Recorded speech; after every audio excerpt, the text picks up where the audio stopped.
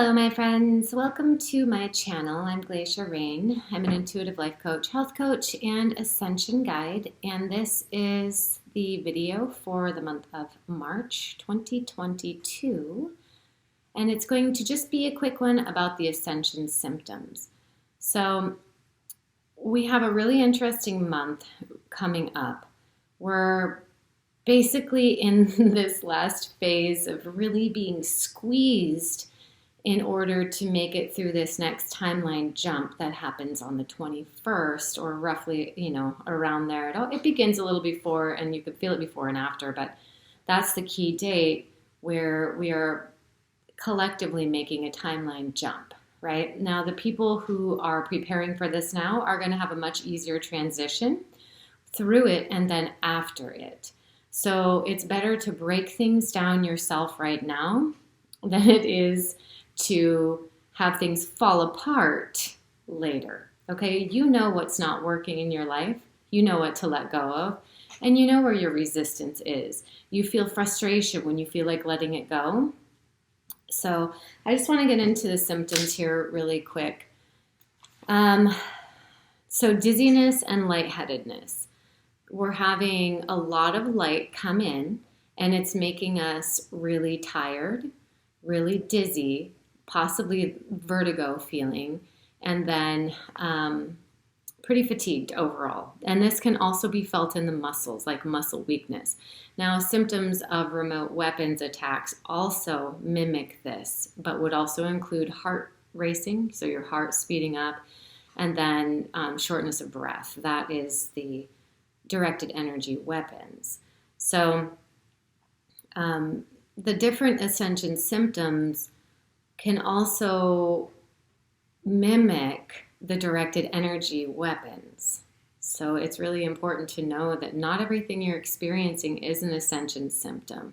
Some of it is the pushback from these dark players, or whatever you want to call them, evil enslavers, whatever you want to label them, the beings that are causing problems on this planet and keeping us in separation rather than allowing us to shift into unity organically. So there's a lot of frequencies being broadcast out through their networks, not just through like 5G, but also through the satellites and through, your Wi-Fi in your house. So we've got a lot going on energetically, and our bodies are becoming more and more aware of what we're experiencing energetically. So these symptoms can feel really weird. They can make you feel very out of sorts and like there is some impending doom. So one of the Ascension symptoms is that you feel like you're running out of time.